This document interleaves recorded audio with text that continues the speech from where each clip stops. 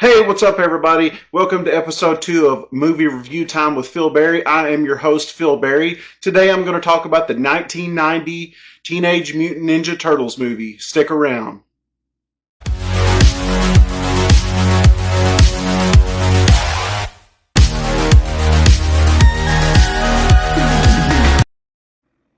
Now, before I get too far into this, I would like to say that I am actually reviewing the 4K restoration from Arrow Video.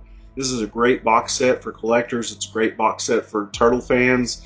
It's a great box set for anyone that wants to enjoy the Turtles in the best possible quality.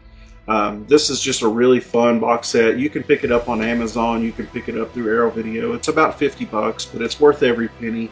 It comes with all original artwork. It comes with new commissioned artwork. It comes with a booklet. It comes with movie posters, trading cards, you name it, this has it.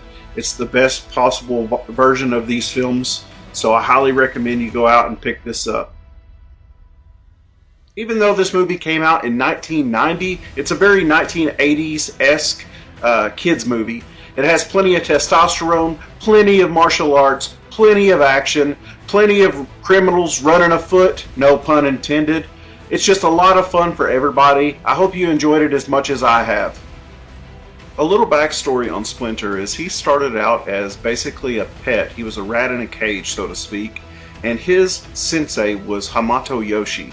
And watching Hamato Yoshi is how Splinter learned the art of ninjutsu, and that is what he passed on to his sons, the Turtles. Now, once Splinter escapes Japan, I'm sure he gets on a cargo ship. It doesn't really explain it in the movie, but he gets to New York City. He gets to the sewers of New York. And one day while he's down there, he comes across some turtles crawling around in a busted vat of this radioactive goo, or ooze, as they call it in the film and the later films. So those turtles, once they're in that, and Splinter, they all kind of react differently. They start to grow rapidly. They start to speak. They get smarter. And that is when Splinter teaches the turtles the art of ninjutsu.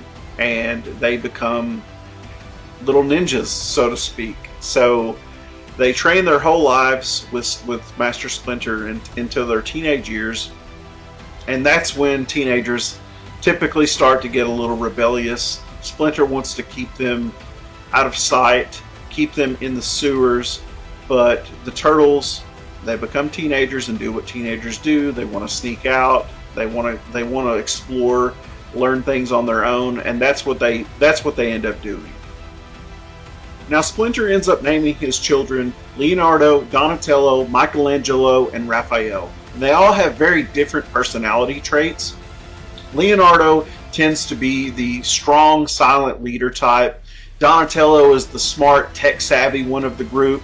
Michelangelo is the comedic relief. He's the carefree one in the group. And Raphael, he is the aggressive, hot-headed one in the group. He's always brooding. He was personally my favorite turtle when I was growing up. I've since learned to really appreciate the other turtles in the group, but when I was a child, I was all about Raphael. So what the turtles do is they are essentially vigilantes. And one night they rescue a news reporter named April O'Neil.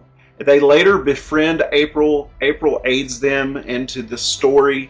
They also run into another masked vigilante, and his name is Casey Jones. So April, what she does is she provides them food, shelter, refuge. Casey, he basically just provides some muscle.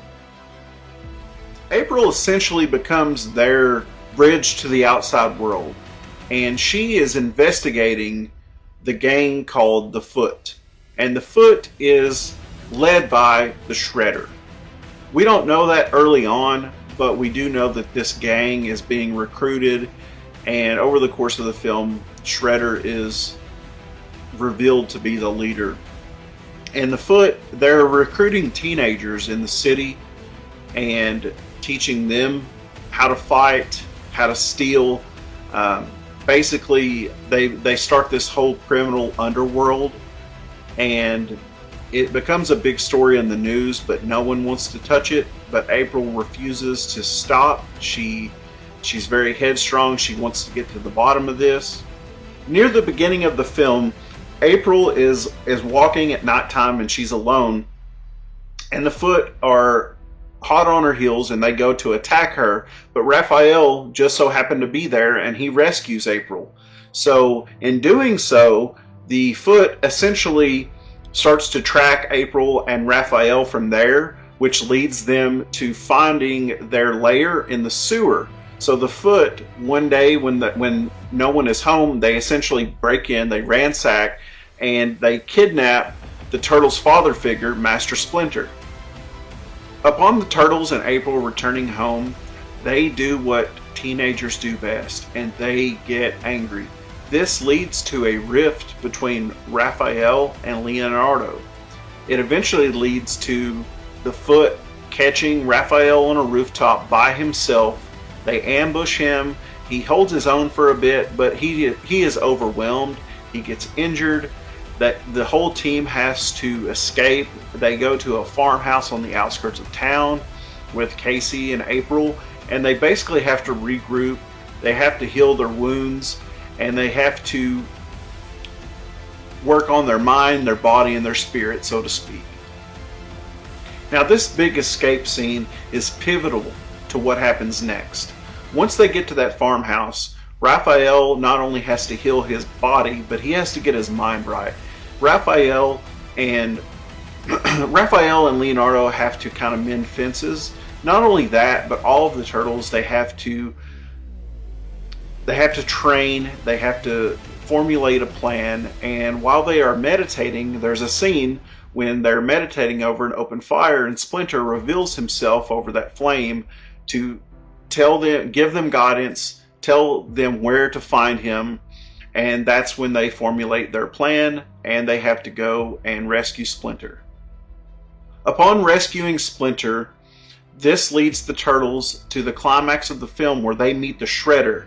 They come face to face with the Shredder for the first time, and they have to do battle on a rooftop. And the Shredder is far more advanced in his martial arts.